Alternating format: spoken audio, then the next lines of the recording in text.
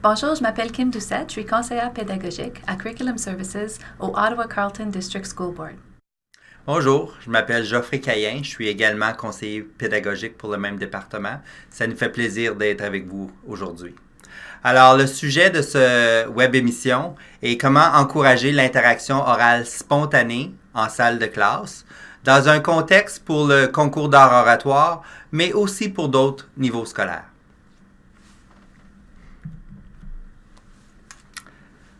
Et pourquoi est-ce que ça c'est important, Kim? C'est important parce qu'on veut encourager l'expression orale non préparée. On veut aussi encourager l'approche actionnelle dans nos salles de classe avec des tâches authentiques de communication orale pour nos élèves. Et on veut développer des élèves qui sont à l'aise à l'oral en français. Très bien. Quels sont nos objectifs pour la présentation aujourd'hui, Jeff? Nous avons deux objectifs principaux aujourd'hui. Le premier est de présenter le nouveau format du concours d'art oratoire qui est présentement mis en œuvre en Ontario. Et comme deuxième objectif, ce sont de donner des outils aux enseignants pour pratiquer l'interaction orale spontanée dans leur salle de classe, quel que soit le niveau enseigné. Kim, est-ce que c'est utile pour un prof qui n'enseigne pas la 6e année? Justement, savais-tu, Jeff, que nos élèves en Ontario en immersion ont de la difficulté avec l'interaction orale spontanée, selon les recherches. Donc, on veut encourager cette habileté chez nos élèves. Le Cadre européen commun des références des langues, le CECR, et le curriculum de français langue seconde encouragent la planification de tâches authentiques, avec un but d'interaction orale spontanée. Tous les élèves peuvent participer à une interaction orale spontanée en fonction de leur stade d'acquisition de la langue. On n'est pas obligé d'être en 6e année pour pratiquer la communication et l'interaction orale. Quel est le nouveau format du concours d'art oratoire, Jeff? L'emphase n'est plus sur le discours mémorisé, mais plutôt sur une interaction spontanée à partir d'un soutien soit visuel ou auditif. C'est-à-dire, l'élève peut choisir entre une photo, un vidéo ou un extrait d'écoute ou un dé de lecture. Lors du concours d'art oratoire, l'apprenant aura 15 minutes pour aller se préparer. Les notes ne sont pas permises. Par contre, on lui donne une carte éclair pour écrire 5 mots-clés. Il ou elle utilisera ces mots-clés pour l'aider dans son interaction. Kim, est-ce que la durée est la même pour tous les niveaux? Non, c'est différent selon le niveau d'acquisition de la langue de l'élève. Au niveau A1, l'élève a 1 minute pour décrire ce qu'il voit ou a entendu dans le document et 2 minutes pour répondre à 2 questions. Au niveau A2, l'élève a 2 minutes pour présenter ses idées et 2 minutes pour répondre à 2 questions.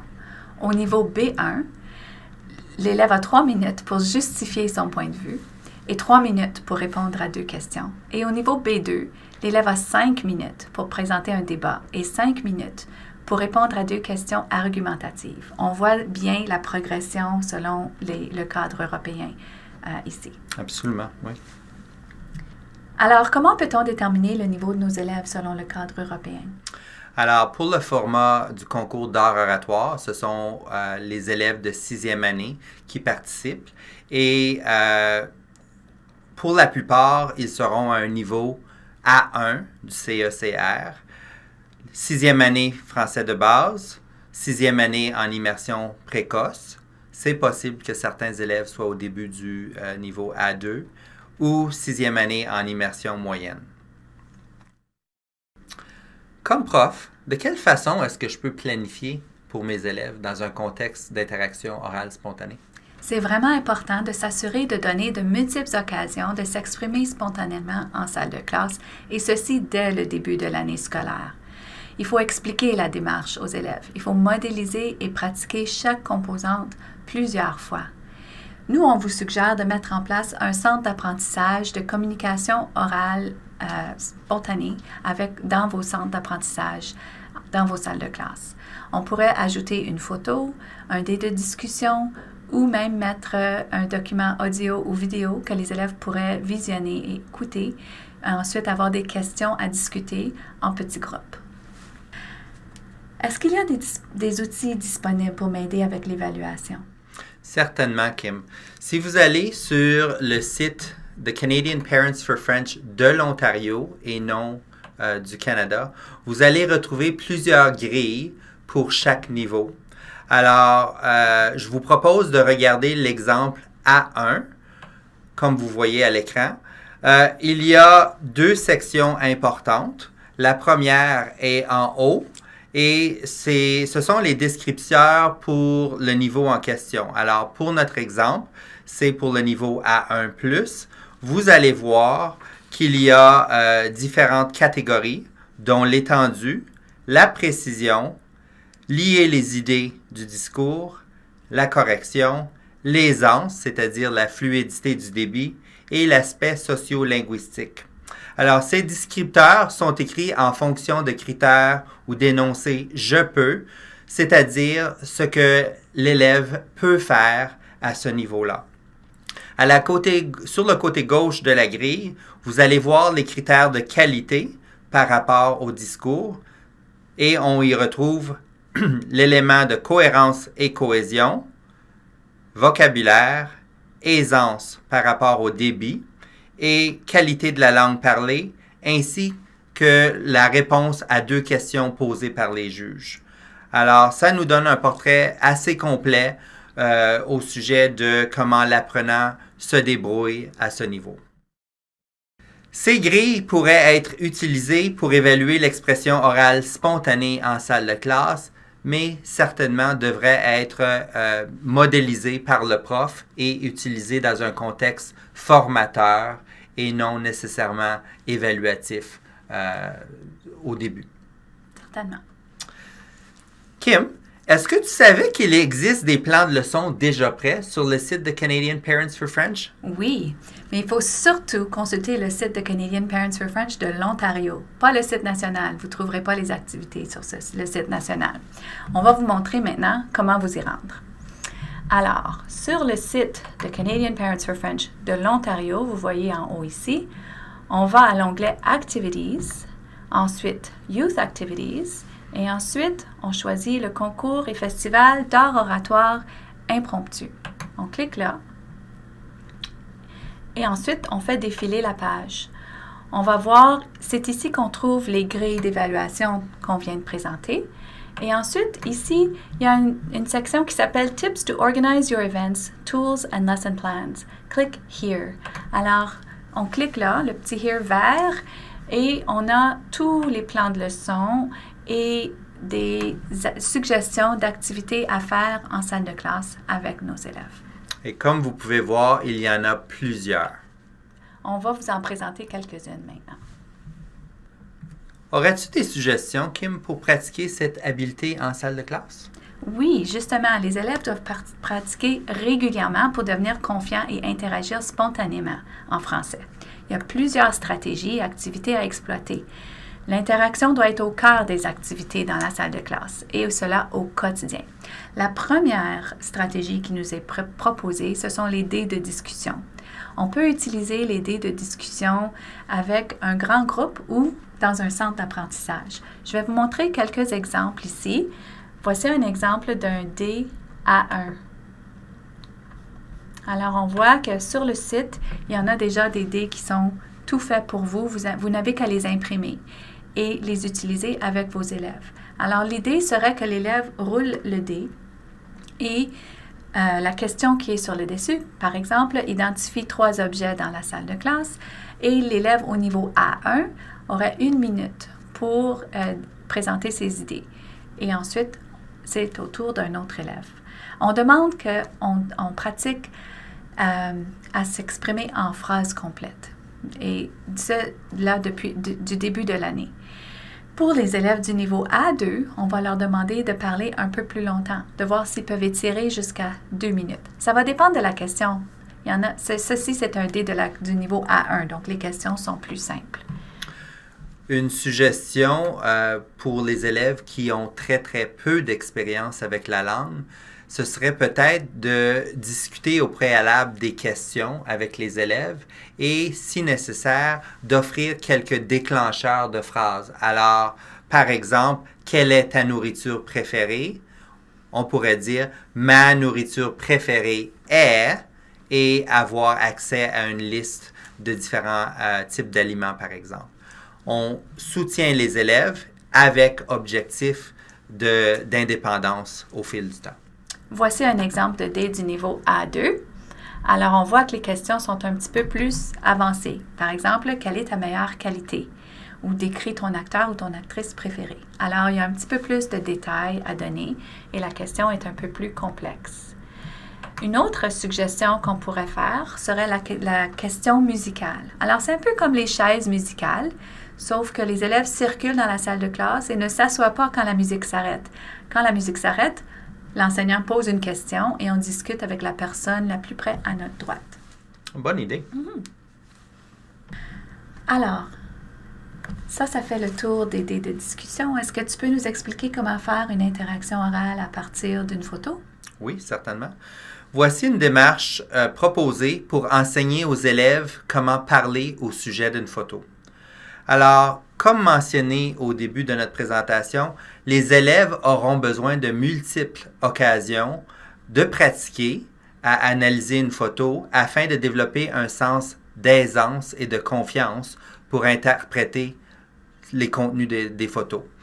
Alors, au début, l'enseignant encourage les élèves à observer de façon très attentive la photographie présentée, c'est-à-dire de gauche à droite, de haut en bas, et on présente certainement des photos intéressantes avec des couleurs qui démontrent des scènes de vie assez courantes. L'élève devrait être en mesure de savoir de quoi il s'agit en regardant la photographie.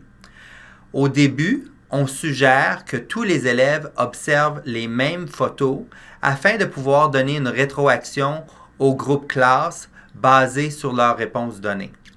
Graduellement, on permet aux élèves de faire des choix individuels ou en dyade parmi une courte sélection de photos.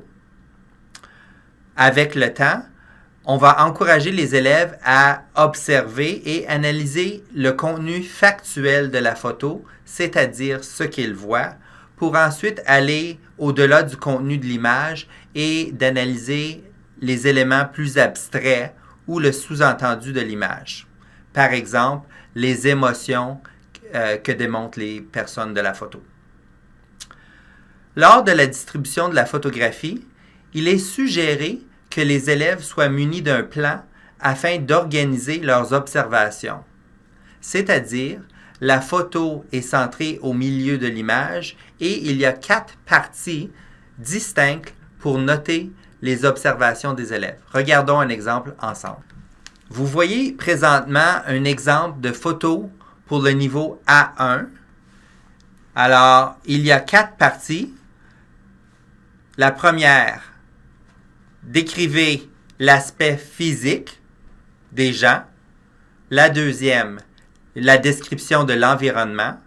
La troisième, qu'est-ce qu'il y a ou qu'est-ce que les gens font. Et la quatrième, quelles sont les similarités et les différences entre les gens de la photo et l'élève. C'est intéressant. Et sur le site, vous allez trouver plusieurs exemples de photos. Oui, absolument. Alors, ce n'est pas nécessaire de faire une très grande recherche. Il y en a déjà prêt pour vous. Regardons maintenant un exemple d'une photo de niveau A2. Alors, vous verrez qu'il y a les descripteurs des photos. On voit aussi les déclencheurs, c'est-à-dire la description de la photo. Mais maintenant, on parle plus de relations ou de sentiments. Qu'est-ce que les personnes dans la photo nous démontrent? Peut-être qu'est-ce qui s'est passé, comme exemple. De plus, on parle de ce qui arrive dans la photo et on fait des liens par rapport à l'apprenant. Qu'est-ce que j'aime de ça ou qu'est-ce que j'aime pas? Alors, si on regarde notre exemple, on peut voir des fois une ou plusieurs personnes qui interagissent dans un contexte assez familier, mais en plus, on doit expliquer ce qui se passe dans l'action et interpréter les sentiments des gens. Alors, l'exemple qu'on a choisi, il y a seulement une personne, mais en plus de décrire les déclencheurs mentionné, on peut voir que c'est probablement le printemps ou l'été par les vêtements de la petite fille. On peut faire une inférence qu'elle fait des devoirs. On peut également inférer que ça va bien et on voit ça par son expression faciale. Elle semble très concentrée sur ce qu'elle fait et peut-être qu'on peut même déduire que c'est une bonne élève à l'école. Peut-être qu'elle ne semble pas avoir de la difficulté avec la tâche. Alors, comme vous pouvez voir, c'est un niveau un petit peu plus abstrait des exemples de la photo à 1. Oui, on voit bien la progression entre le niveau A1 et A2. Alors, encore une fois, il faut donner plusieurs opportunités aux élèves de pratiquer à observer et à analyser le contenu des photos. Ce n'est pas une habileté qui se développe de façon spontanée. Il faut prendre du temps en salle de classe pour faire ceci avec nos élèves afin qu'ils deviennent plus confortables avec ce type de soutien visuel. Oui, c'est certain. Et si l'élève voulait utiliser une vidéo ou une bande sonore comme déclencheur, est-ce que tu as des suggestions? Oui, je pense que cette composante du concours d'art oratoire présente plusieurs défis pour les élèves. C'est vraiment important de pratiquer car ils doivent écouter, pratiquer l'écoute. Mais c'est une excellente façon de pratiquer l'écoute avec vos élèves. Pour le concours d'art oratoire, les extraits audio ou les vidéos vont être d'une durée de 3 à 5 minutes. Mais pour la pratique en salle de classe, on peut prendre des extraits qui durent jusqu'à 15 minutes, si c'est un extrait intéressant. C'est important que l'enseignant commence par la modélisation en salle de classe. Alors, on va travailler premièrement en grand groupe avec nos élèves et on va écouter des vidéos ou des extraits audio ensemble et pratiquer à identifier quels sont les éléments essentiels de la vidéo, quel est le vocabulaire, démontrer ce qu'on a compris, puis aussi répondre à quelques questions de compréhension au sujet de la vidéo. Alors, il faut pratiquer. C'est pas quelque chose que les élèves vont être capables de faire sans être pratiqué à l'avance.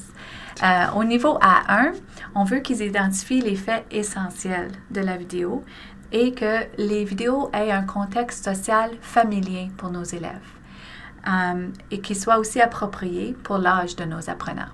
Au niveau A2, on va leur demander les mêmes choses, mais en plus de donner quelques impressions au sujet de la vidéo. Un point de vue ou quelque chose qui les a frappés ou quelque chose qu'ils ont aimé ou pas aimé dans la vidéo. Opinion personnelle. Une opinion personnelle. Ouais. Il y a plusieurs excellents sites qui existent pour travailler les vidéos avec nos élèves. On vous recommande, si vos élèves sont au niveau A1, d'aller voir le site de TV5 Monde. On a trouvé que les vidéos sur ce site, surtout pour le niveau A1, que le débit est vraiment à un niveau un peu plus lent, ça veut dire pas trop vite, et nos élèves sont capables de comprendre ce qui se passe dans le document audio. L'autre site qui est extraordinaire, si vous ne le connaissez pas, on vous encourage d'aller vous créer un compte sur le site d'Idelo. Oui. Il y a des plans de leçons déjà tout faits d'ailleurs et des démarches pour justement écouter une vidéo à plusieurs reprises avec une différente intention d'écoute chaque fois pour vraiment aider vos élèves à développer leur écoute. D'autres exemples de sites qui ont des bonnes vidéos pour vos élèves sont TFO, Francolab et Francolab Junior. Kim, est-ce que tu savais que le site d'Idelo est présentement en train de travailler une collection de 88 nouveaux vidéos ayant un focus sur l'élément interculturel de notre curriculum? Fantastique! Ça va aider nos enseignants. Absolument. Ça devrait être prêt d'ici l'automne prochain. Excellent. Alors, si je suis enseignante de 6e année et je veux inscrire mes élèves au concours d'art oratoire, je veux participer au concours d'art oratoire, qu'est-ce que je dois faire? Il y a plusieurs choses que vous pouvez faire. La première chose, c'est de faire de la pratique régulière de situations d'interaction spontanée avec vos élèves. Lorsque le concours va s'approcher, faire une première simulation en salle de classe, commencer à présenter à vos élèves le format qui serait utilisé pendant le jour du concours. Vous allez faire le concours au niveau de votre salle de classe en suivant les critères mentionnés sur le site de Canadian Parents for French ontarien. Alors, il y a toutes les règles et les procédures à suivre à ce sujet. Ensuite, s'il y a plusieurs classes de 6e année au sein de l'école, vous allez faire votre concours au niveau de l'école et éventuellement envoyer le nom des gagnants au conseil scolaire. C'est très important de noter qu'une note de service sera envoyée à toutes les écoles du OCDSB à l'automne avec les détails et les dates spécifiques par rapport au concours d'art oratoire. Est-ce qu'il y a d'autres informations à savoir au sujet du concours en tant que tel? Oui. Comme mentionné au début, alors les élèves vont choisir une composante. Alors, ils peuvent choisir d'utiliser une photo ou une vidéo ou un dé de discussion. Et ils auront une carte éclair. À la fin, lorsqu'ils auront présenté, ils doivent remettre la carte éclair au juge. D'accord. De plus, les élèves ne doivent pas s'identifier, ne pas donner leur nom, leur école ou nommer le conseil scolaire pendant leur interaction orale. Sinon, ils pourraient être disqualifiés. On ne veut pas avoir non plus des costumes ou des uniformes scolaires ou des accessoires. La minuterie commence quand l'élève commence à parler.